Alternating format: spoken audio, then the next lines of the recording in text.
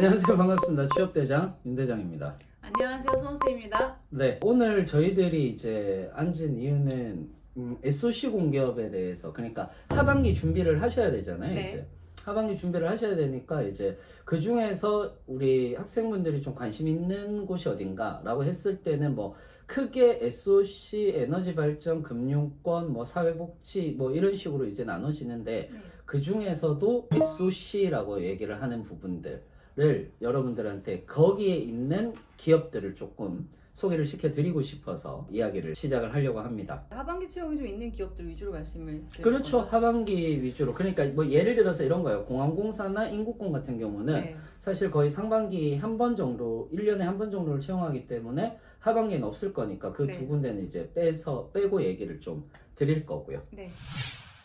SOC가 뭐예요? 라고 이렇게 물어보시는 분들도 좀 있으세요. 있어요? 저는 들어본 적은 없는데.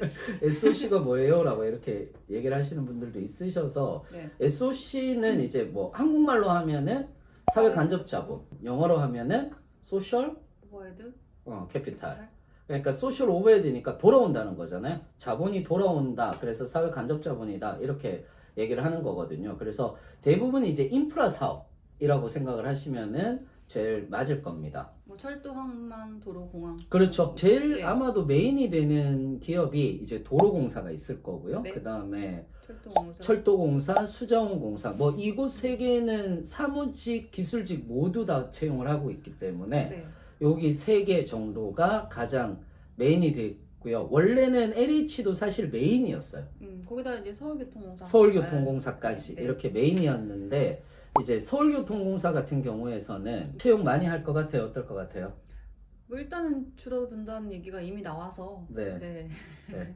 이미 적자기 때문에 네. 인원 저- 감축 이미 얘기가 나왔기 예, 때문에. 인원 감축 얘기가 나와서 채용이 많이 하지는 않을 것 같다. 이렇게 보시면 되는 거고요. 그러니까 좀 늘려가는, 사업을 늘려가고 있는 와중에 지금 스톱이 됐다. 이렇게 생각을 하셔도 뭐 무관할 겁니다. 그래서 좀 적게 뽑는다. 그래서 오늘은 이제 도로공사, 코레일, 그 다음에 수자원공사 요 세 개 가지고 조금 이야기를 좀 해드리도록 할게요. 자, 일단 도로공사부터 얘기를 해보죠. 도로공사요. 네, 도로공사 서류 전형은 제가 얘기를 좀 드릴게요. 네. 도로공사 같은 경우에서는 700 이상이면 지원이 가능하기는 한데 토익 800점이 만점이에요. 네. 그럼 토익 800점이 만점이니까 대부분 이제 스펙상으로는 그냥 800점이 만점이다 이렇게 생각을 하시면 될 것 같고 네. 기술직 분들은 기사가 없으면 지원을 못 하십니다. 반드시 기사를 가지고 계셔야지 되는 거고 그 다음에 자기소개서도 좀 보는 편이에요. 그래서 도로공사에서 떨어졌다라고 하시면은 스펙도 좀 있고요. 그 다음에 자기소개서도 좀 보는 편에 들어가는 것이 바로 도로공사의 서류 전형의 가장 큰 특징이다라고 이렇게 생각을 하시면 됩니다. 필기는 어떻게 되나요? 일단 NCS 말씀드리면 NCS 네. 10경력 중에서 의수문자 그리고 정조 수리가 참 없어요. 참 도로공사에. 도로공사에. 네, 의문자 정조인데 근데 수리가 없다는 생각을 갖고 들어갔을 때 근데 계산 문제가 나오는 네, 것 수리가 같은데요? 없지가 않죠. 네, 많은 네. 분들이 그래서 제가 수리가 당연히 있다는 생각 갖고 말씀드렸는데 의문자 정조까지 정보하고 조직까지인 건데 아마 그 문제를 보시다 보면 정보 능력 들어가고 자원관리 들어가는 순간 네. 수리가 그냥 있나 보다라고 생각하고 준비하시는 게 맞습니다. 그렇죠. 계산 문제가 꽤 있었던 걸로 저는 네, 맞아요. 생각을 하거든요. 자원관리 자체의 한 거의 절반이 계산 문제 유형이라서 수리 같이 준비하시면 될 것 같고 난이도로 따지면 중에서 한 중상 정도로 보실 수가 있어요. 중에서 중상 정도요? 예, 중에서 중상으로 말씀을 드리는 건 일단 유형 자체는 피규형 문제 유형이긴 하거든요.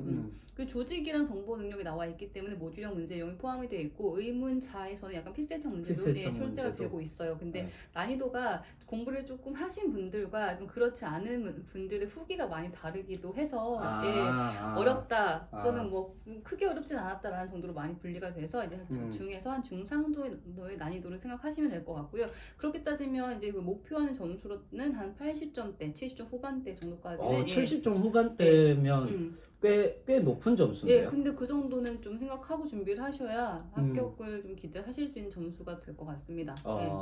그러면 전공은 그 사무직 같은 경우는 상경과 법정으로 나눠지거든요. 난이도가 있어요. 여기는 전공 난이도가 조금 있는 편이다라고 생각을 하시면 돼요. 그래서 거의 이제 회계라든지 이런 문제들도 좀 이게 되게 어색하네요. 회계 문제라든지 이런 것들도 좀 잘 나오니까 7급보다는 조금 낮게 나온다라고 이렇게 생각을 하시면은 될 것 같습니다. 네네. 기술직을 잠깐 얘기를 드리면은 기술직 분들이 도로공사의 난이도가 헬이다. 전공이. 네. 이렇게 얘기를 많이 하시거든요. 기사를 준비를 하실 때는 기사 시험이라면 과목당 80점 정도 맞는다라고 생각을 하고 또는 90점 정도 맞는다라고 생각을 하고 공부를 해주시는 것이 제일 좋지 않을까 이렇게 생각을 합니다. 네. 그 다음 좀 넘어가 볼게요. 그러면 이제 철도공사로 한번 철도공사? 넘어가 볼까요? 네. 철도공사는 뭐 서류 전형은 적부니까 네. 적부니까 제발 점만 찍지 마세요. 애국가를 쓰거나 그러지 마세요. 그것만 안 하시면은 뭐 적부 판정이니까 바로 필기를 보실 수가 있습니다. 네, 그래서 이제 코레일 필기를 이제 천하제 NCS 경연대회라고 부르거든요. 아 네. 그래요? 네, 다 넘어오니까. 천하제 NCS 경연대회. 네, 그렇게 얘기를 하죠. 그 서류가 네. 조금 장벽이 없다 보니까. 그렇죠. 네, 그래서 전공이 들어왔고요. 그때부터 또 이제 음. 그 전공 일단 경영학 전공 들어가고 전체 50문항 중에 25문항 전공 시험이 그 문항수가 들어 있습니다. 난이도가 좀 달라졌어요. 초반에 되게 쉽게 맞아요. 나왔었고 이제 거의 만점 그리고 시간 단축 확 하고 NCS에 시간 투자할 수 있는 정도의 문제 유형이었다고 하면 그냥 가장 최근 시험에서는 좀 전공이 많이 힘들었고 어려웠다라고 하는 얘기들이 많이 나왔거든요. 네. 그 전 시험에서 이제 그 쉬웠다라는 얘기 때문에 좀 변화가 있었던 것 같아요. 난이도가 올라간 건 맞는데 네. 문제 자체가 변화가 있었어요. 무슨 말이냐 하면은 대부분 이제 뭐 오지선다잖아요. 그렇게 하는 게 아니라 기읍부터 미음까지 주고 여기서 2개를 골라 3개를 골라라고 하는 거예요. 네네. 네, 그러니까 되게 정확하게 알고 있어야 되는 거죠. 그러니까 객관식을 보고 뭔가 하나씩 이렇게 맞추는 것이 아니라 네. 굉장히 정확하게 알고 있어야지 좀 풀 수가 있어서 네. 어설프게 공부를 좀 했거나 빠른 시간 내에 공부하신 분들은 어렵다라고 이렇게 얘기를 많이 하셨습니다. 선지 구성이 좀 바뀐 거군요. 그렇죠. 선지 구성이 좀 네. 많이 바뀌었어요. 그래서 어렵다라고 얘기를 했던 거예요. 그 다음에 뒤에 25문항 NCS 의수문 딱 주요 과목 3개 출제가 되고 있죠. 네. 유형 자체가 뭐 특별하진 않아요. 코레일의 그 NCS 문제 유형은 사실 어찌 보면 대기업의 삼성 GSAT 그 인적성 문제를 얘기하는 것처럼 가장 표준화된 문제 유형으로 이제 많이 꼽게 되거든요. 그런데 철도공사 문제가 약간 그 의용계산 문제 유형을 좀 벗어나고 표나 계산이 좀 많이 있는 문제로 비중을 좀 더 키웠어요. 좀 많이 더 높아졌다고 보실 수 있을 것 같습니다. NCS 문제 유형. 자, 그러면은 이제 우리 마지막으로 수자원공사 네. 한번 가볼까요? 수자원공사. 수자원공사도 뭐 서류 전형은 없어요. 토익 700 이상이면 그냥 통과를 하십니다. 그래서 철도공사하고 다른 점이 여기는 토익 700 이상이라야 지원이 가능한 거고 그러면은 대부분 이제 서류 전형 없이 그냥 바로 필기를 볼 수 있게 해준다. 네. 라는 게 이제 대표적인 거죠. 그리고 시험은 직업기초 능력하고 단일 전공을 네. 보게 되고 여기가 수자원공사가 환경직렬 분들이 대기 가고 싶어 하세요.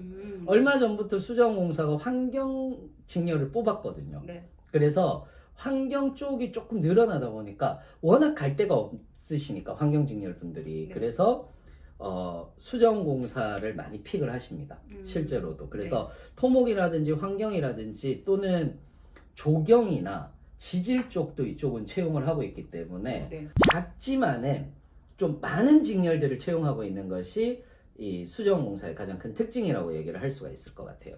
네. 이제 필기 NCS를 말씀드리면 대표 유형이라고 하는 이제 의수문자 수자원공사의 문제 유형이 대기업 형태로 출제가 된 적이 많아요.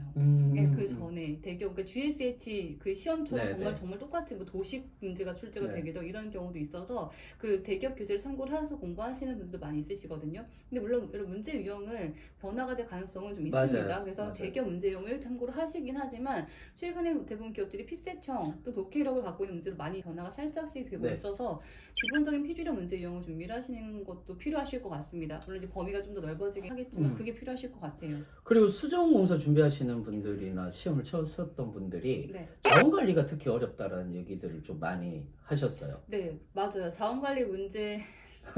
자원관리는 근데 이게 정말 드립다 계산을 해야 돼요. 그렇죠. 네.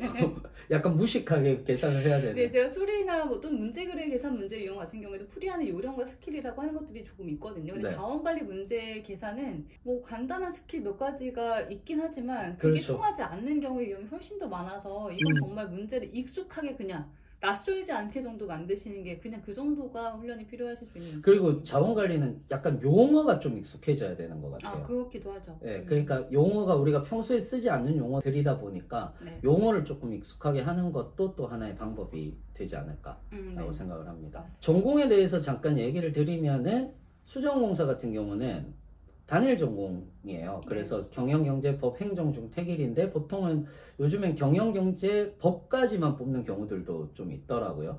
근데 이제 경영은 회계가 나오니까 반드시 회계까지는 공부를 하셔야 되는데 중급 회계까지는 필요가 없습니다. 실제로 회계 난이도가 그렇게 높진 않기 때문에 중급 회계까지는 필요가 없다라고 이렇게 생각을 하시면 되고, 그 다음에 토목이나 환경이나 전기, 기계, 전자통신, 건축, 전산, 조경, 지질은 기사 수준인데 환경은 수질기사하고 대기기사 과목이 같이 나와요. 네. 그리고 가끔 가다가 폐기물 기사 과목까지도 같이 나오는 경우들이 있어서 수질하고 대기기사 과목은 반드시 다 공부를 좀 해주실 필요가 있는 게 또 수자원공사의 또 특징 중에 하나입니다. 네, 그래서 그렇게 해서 우리 오늘은 SOC 공기업에 대해서 알아봤고요. 다음에는 이제 또 하반기 때 에너지 발전들도 좀 쏟아질 거니까 네. 에너지 발전 공기업을 가지고 여러분들도 만나 뵙도록 하겠습니다. 네. 이상으로 취업대정 윤대정이었습니다. 선생님이었습니다. 감사합니다. 감사합니다.